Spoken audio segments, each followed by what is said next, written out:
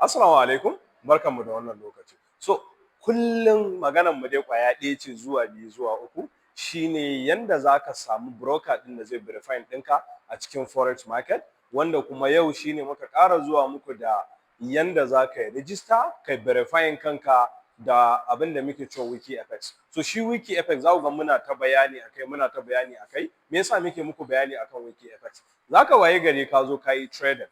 Bayan ka gama trading ɗinka wannan broker ɗin ya ƙi sama kuɗinka. So ta yaya za a je ko kuma ta yaya za ka yi ka kai ƙararsa? Yanda za ka kai ƙararsa wa'annan su ne regulatory body ɗin da za ka kai ƙararsu. So don haka yanzu zan nuna mana yanda za ku yi register da kuma verifying da kuma yanda za ku gano yanda za ku kai broker ɗinku ƙara har kuɗaɗenku su dawo ko wani abu makamancin haka. So ku biyo mu je.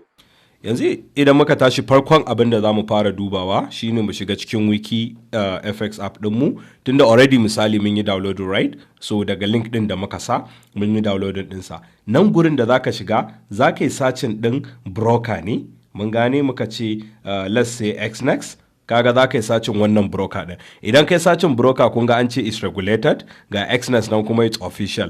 Za ku ga rank ɗinta daga nan za ku iya danna ku shiga website ɗin xnext, za ku ga score ɗinta out of 10 duk abin da aka bawa 8.30 out of 10 kun san cewa tabbas wannan is regulated. A sama kun ga cewa daga Cyprus take wannan regulated ɗinta a Cyprus yake, ga market ɗinta nan MT4 full version da MT5 full license 10 to 15 years take. Sannan daga nan za ka iya dannawa ka shiga cikin website ɗinsu. Ina za ka danna gashi, in ka danna haka kaga zai loading zai kai ka cikin website ɗinsu. So wannan ne yanda za ka yi searching ka gano shin broker ɗin da kake amfani da ita is it regulated ko kuma ma is not regulated. Kun gani? So daga nan kaga za ka register ka buɗe account ɗinka kai komai da komai.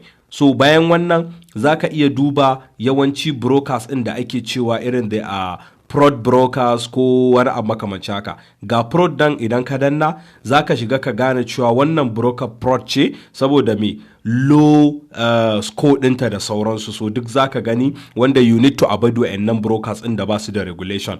Top rank brokers kuma za ka gani saboda misali trader yana da kyau ya ƙoƙari ya yi amfani da wannan app ɗin don ya gane cewa wannan broker ɗin regulated broker ce kuma ya amfani da ita. Yanzu nan kaga in kuka shiga ga AvaTrade, in kuka shiga broker ɗin AvaTrade kun ga score ɗinta is 9.49. Ta nan za ka danna ka shiga kuma is regulated ita ma. So ta nan za ka gane cewa kan mutum ya zo ya ce maka ai kai amfani da broker kaza which is not regulated kuma ka zo kana cewa wallahi tallahi ai wannan broker ko sun gudan maka da kuɗi ko kaza ko kaza ko kaza. Duk da dai ban taɓa jin broker sun gudawa da wani kuɗi ba amma dai za su iya ko. So duk broker da is not regulated so gaskiya ya kamata ka yi avoiding wa'annan brokers ɗin. Mun gane? So wannan app ɗin yana da matuƙar amfani da a matsayinka na trader zai taimaka maka wajen inquiring ɗin brokers da gane originating ɗinsu da kuma mai amfani da broker da zai taimaka maka. So just kindly download it. So kar ya zama da cewa daga baya ka zo kana kai idan ma sai da na je na duba regulation ɗin wannan broker ɗin sannan ne amfani da ita. So bye bye, I will see you in our next video insha Allah.